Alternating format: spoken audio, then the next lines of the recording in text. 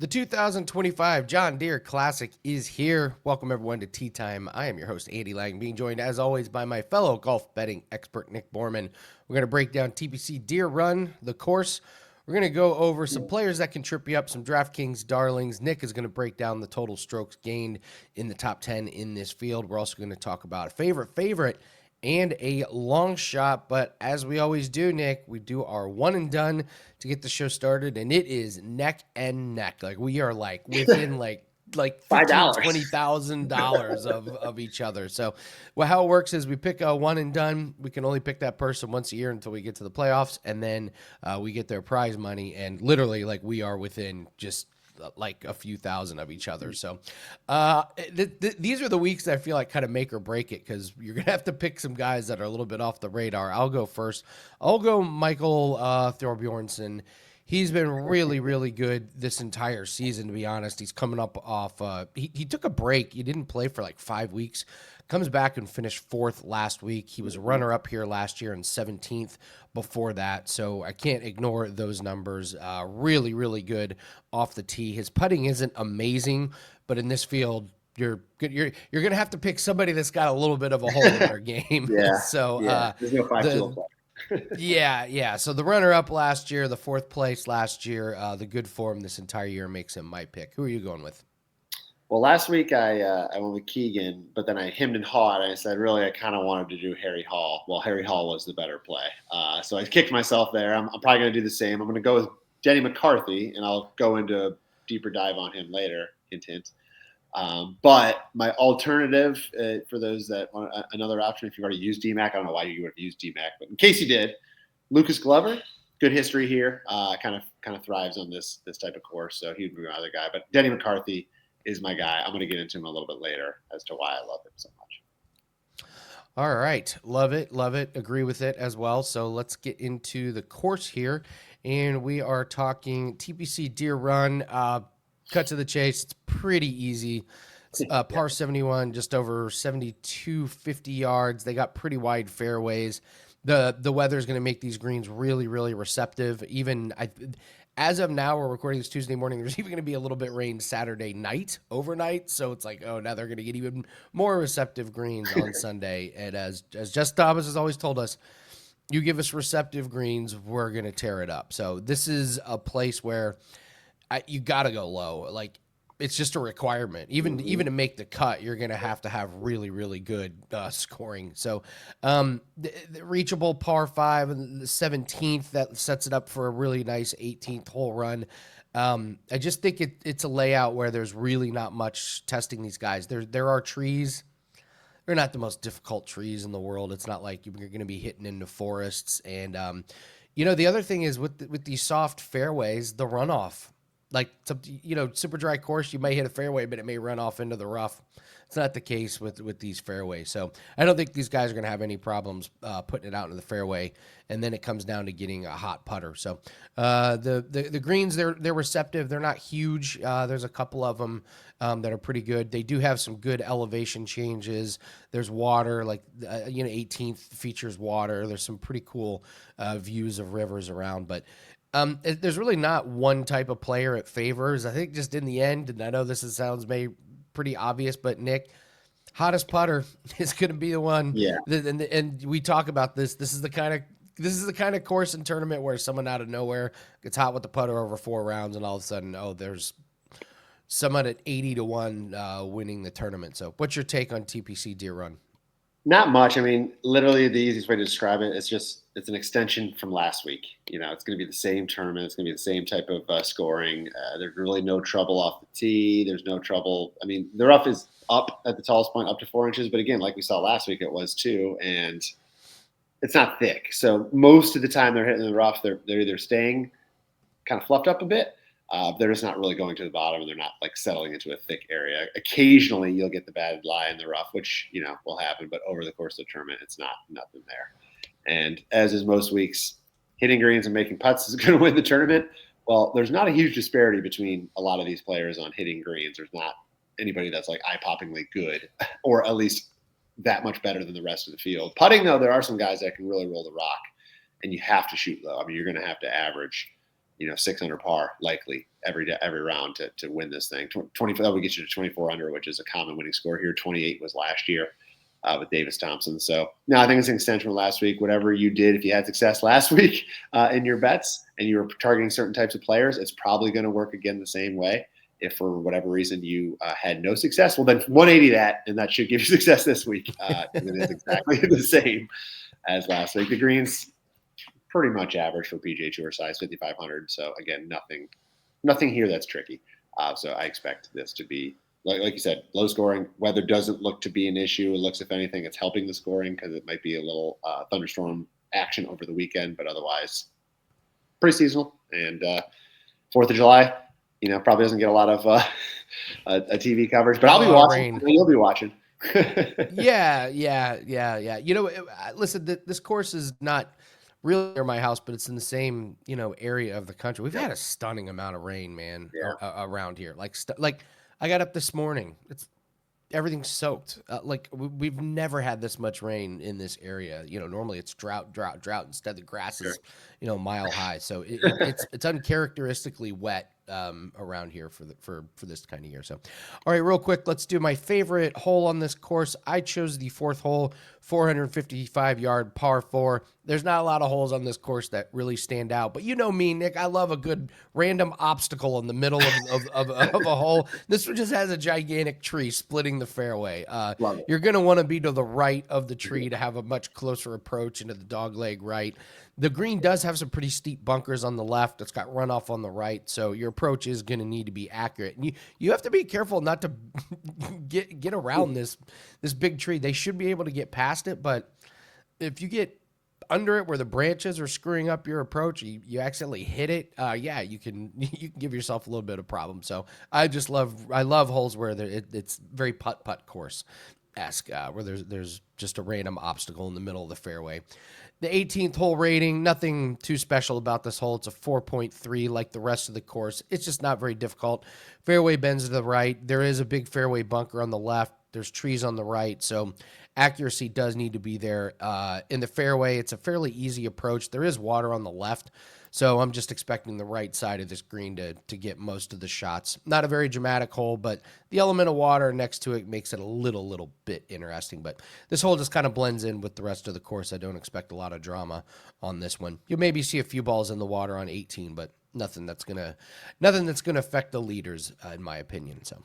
Yep. Let's take a look at the total strokes gained. While we're doing that, if you guys could, please do us a favor and hit the like button and leave us a comment. We go in and read all the comments, and you guys have been absolutely crushing the comment section this year. So interested to see who you guys have picked for winners. Give me some props. Give me some outrights. Give me some long shots. It's a really, really good field to try that in. So let's take a look at total strokes gained, Nick. And I love this graphic in these tournaments because you're seeing a lot of names that we wouldn't normally talk about. So let's take a look here. And what can we decipher from, Michael Kim makes an appearance. Holy cow. Bud Cauley, Ryan Gerard. All right. Talk us through these. What are your takeaways? Quite a different take here on these player names than we're used to seeing, and it's always fun because I have to adjust my color, conditional coloring here for these type of screens because the strokes gained when Sky Scheffler's at over 3 as the leader versus when the leader's at just barely over 1. It requires a little different shading on this on this graphic, but the fact that Jason Day is number 1 over the last 12 months kind of tells you where we're at with this field. Ben Griffin, clearly the hottest player, and that shows in the shorter term 3-month stroke gain numbers there over on the right-hand column. But surprising names, not really. This is kind of who you'd expect to be in the better players in this field. Sung Jae Im is a guy that just, we've always talked about for years, consistency, but you can see here in this graphic, the 6-month and 3-month trends are going the wrong way. Same with Luke Clanton, who turned professional officially. So he's just trying to get his feet, get under his feet under him, I guess you could say. And Lucas Glover, I mentioned earlier, is kind of same thing. He's trending the wrong way right now, but very good course history here. Davis Thompson's getting a play this week because he's defending champ, but really, from what you see in this graphic, you probably wouldn't be taking him because he's trending the wrong way. However, in this field, sometimes those trends don't really matter what you're doing if you're going the wrong way because all it takes is one good week, and it's not like the field is consistently going to be making cuts or consistently going to be finished top 20s with these guys. So anybody can have a bad week, just as easy as anybody can have a good week. But Poston's a one that's had a lot of success here. He's playing pretty well right at the moment, one of the better ones in the field. The guys down at the bottom, I added in because they're more of the guys playing the best in the last 3 or 6 months. You already mentioned the bottom player there, Thorb Jornsson. Michael. Just want to make sure I have to say that correctly. Mikey. Very good. Mikey. Oh, Mikey. Very Mikey good. T. Yeah, there you go, Mikey T. Let's go with Mikey T. Mikey T playing very good over the shorter span. And Gerard was a guy that's like, if you're not paying attention, you're never going to know his name, but he's sneakily being pretty consistent. And in this field, kind of leaps and bounds above most of the guys here. Same with Bud Cauley, who's made a return the last year and a half from like a 3-year hiatus with injuries. So it's good to see him back in there. But listen, don't be stuck to this graphic. I usually always, mention how important it is to stick to this graphic and the signatures and the majors. But in this type of field, this graphic doesn't matter. I also mentioned last week that 24 of the 25 tournaments this year, excluding the 3 alternate fields, have been won by somebody in the top 25 in strokes gained last 12, 6, or 3 months. Last week, Pot Geeter was not in that. So he was 24 of 26. So if you're going to venture down from this list, it's usually still the next tier that wins.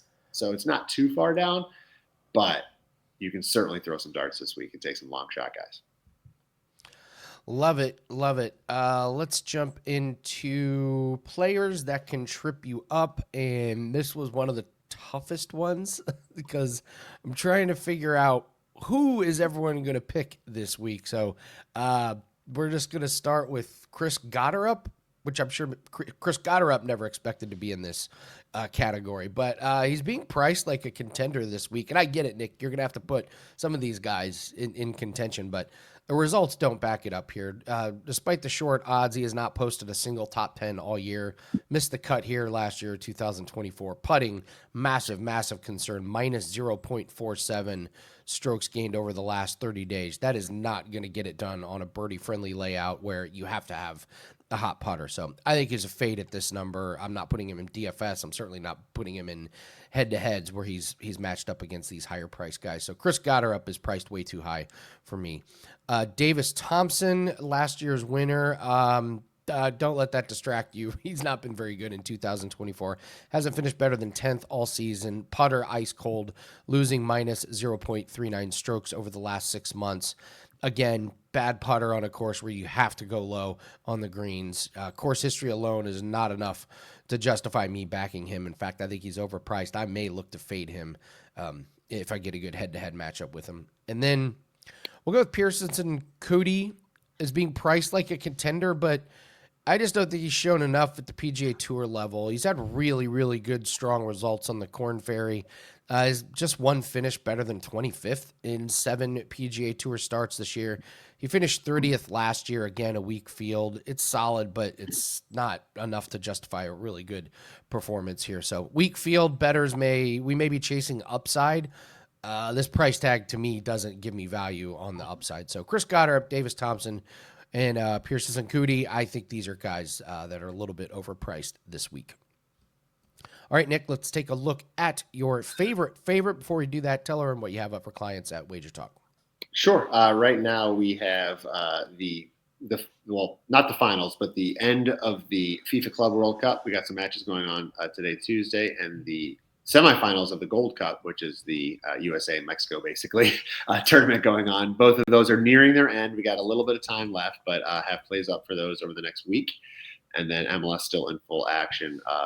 Weekend card will be up later this week. And that's really all that's going on for me right now during the summer. Of course, John Deere Classic pack is up and available as well. We did give out Pot Geeter after round 1 last week, 9-1. It wasn't the sexy 100-1, but I was never going to land on that guy ahead of the tournament. But after watching that first round, I was like, you know what? It's worth something. So hopefully we can do the same here. I'm trying to track, Andy, this year a lot of the I guess like mid-tournament type of data. You know, what does the winner look like after round 1 and round 2, right? To try to pinpoint where you can get those live winners. And so far, so good. Obviously, last week was a good winner, but just gathering a lot of data so that I can attack these type of tournaments. Because let's be honest, these ones are crapshoots, right? It's hard to pick a guy to win this thing. It could be anybody. But after round 1 or 2, yeah, your odds are not nearly as good. But if you can get 9-1, 10-1, 12-1 on a potential winner at this type of tournament, I think it's great. So hopefully we'll have some success as we go forward with those type of plays. Love it. Love it. Let's talk your favorite. Who near the top of the odds list have you pegged this week? Yeah, I mentioned him before. It's DMAC. I mean, I don't think you have to go dive too deep to know his recent success here is fantastic. 3 straight top 7 finishes at TPC Deere Run. So, that could blow up in our face and all of a sudden a big miscut, but certainly he's going to have confidence around here. And it does feel like, a win at this place is just a matter of when. But he really makes sense as far as his player profile. You have to make birdies in bunches. And the only way to do that is to have a hot putter. And he's once again, and I say once again because it's like every year this guy's a top 10, if not the best putter on tour. He ranks 9th right now this season, strokes gained putting. So he can roll the rock. You have to be able to do that. On this season, he only has 2 top 10s, but that's among 8 top 20s. But the best part about DMAC is that he makes the weekend. He hasn't missed a cut this year, Andy. 16 starts, tied for 12th in his last start at the Travelers, which was 2 weeks ago. So he's got a little benefit of rest, not playing last week as well. But he doesn't miss cuts. That's going to give us a chance. Even if he has a slow maybe Thursday or Friday, he probably rallies on the other round and we make the cut. And maybe we backdoor ourselves into a top 10 or a top 20 if he's not playing great right off the bat. But I think DMAC's going to have a good week. I'd be very surprised if he's not in contention again. Let's take a look at DraftKings darlings. Yeah, you're right. I mean, Denny McCarthy, my God, who can go on a hotter streak with a putter than Denny McCarthy? It's unbelievable. It's pretty amazing how he can get that done. So, all right, let's take a look at DraftKings darlings. Had a great week last week. Finished 16th out of 200 in a tournament last week. So yeah, the previous week wasn't very good, but last week we had a really, really solid showing, really never in doubt here. So we're going right back to Adam Hadwin at 6,800. Came through for us last week. He pretty much gave us exactly what we wanted, which was he made the weekend. Wasn't huge upside, but he got us weekend points, and that's all we're looking for. That's made the cut in 7 out of his last 8 starts. So really steady form, and in a weak field like this, I would expect him to make the cut again. Not a high ceiling play, but sometimes – what do they say? Sometimes par is good enough to win. So just give me a made cut here on this course and give me some weekend points, and we'll be really, really happy with that one. Going back to Austin Eckroat, who's been really good for us. He's been a quiet, nice asset, making the cut in 6 straight events, consistently delivering weekend points. Stat profile isn't amazing, but he's just been steady enough to be priced at this lower level and still get us weekend points. So cut making street matters in DFS. Eckroat's price is a little bit low, so he does have a little bit of upside, but again, just weekend points. And now this guy does have some pretty good upside. Kevin Roy, 7,400. He's becoming one of my favorite DraftKings darlings. He's made the cut in 7 straight tournaments. He's in those 7 tournaments. He's had an 8th place finish, an 18th place finish, a 15th place finish. So consistency and a little upside at 7,400 makes this a play that I think you have to have in your lineup. So, and as always, my final lineup is going to be on my free digital download article. It's on the same page where all my plays are posted, wt.buzz/AL. If you're watching this on Tuesday, it is $5 Tuesday. All handicappers can put up a play for $5. We've got one of our team totals that is up. We're on a 24-10 run in team totals, 35-20 on totals this year. So totals have been a really, really good source of income, and this one is in the MLB. Absolutely love that one, and it's only $5. So take advantage of $5 Tuesday and take advantage of the free digital download article, wt.buzz/AL. All right, let's look at another long shot here. DraftKings darlings, and then another long shot in a field that is kind of full of long shots. Nick, who did you have circled down the list on the odds page? Yeah, you mentioned you're not going to find a player, that's not going to have some sort of part of his game that you're like, it's kind of how this whole field is. You got to take your chances on somebody that might not be fully rounded. But Valimaki, I really love how he's been playing. In these type of fields this year, he does have 4 missed cuts on the season in 15 individual starts, but he's had several good starts in these type of fields. He had a solo 4th at the Houston Open, tied for 12th at the Valero Texas Open, tied for 7th at Myrtle Beach, tied for 19th at the Rocket Classic last week, just to prove, again, this is kind of his pedigree. He's got a couple other top 20 finishes in tougher events at the RBC Heritage, a signature event, and then at Farmers Insurance Open, which Torrey Pines is always a very, very difficult golf course. So he's got several good results this year. Unless you're a nut like us, you probably have never heard of this guy, but Valimaki is worth a look. He's got the recipe, I think, for these low-scoring events. He flushes his irons. He ranks 27th, actually, in strokes gained approach this season, which is in the top 10 in this field this week. He's also in the top 10 in strokes gained this putting this season. He comes in at 8th. So eighth best putter on tour right now this year, and in the top 10 in strokes gained approach in this field. Those two, it's exactly why I like DMAC. And now you get me Valimaki at 100-1. Okay, is he going to win? But plus 850 for a top 10 or plus 360 for a top 20, I think are no-brainers. And then you just sprinkle a little bit on the 100-1. But he's going to have to make a lot of birdies. He can roll the rock. He's hitting his irons better than most in this field. I think it's a recipe for success, and he's shown that he can play and have good results in these type of fields. So Sami Valimaki for the long shot win. Love it, love it. Yeah, a lot of interesting sprinkles and long shots in this field this week. So I still go back to Jason Day being the number one last week. I know, it's crazy. Feels like 2012.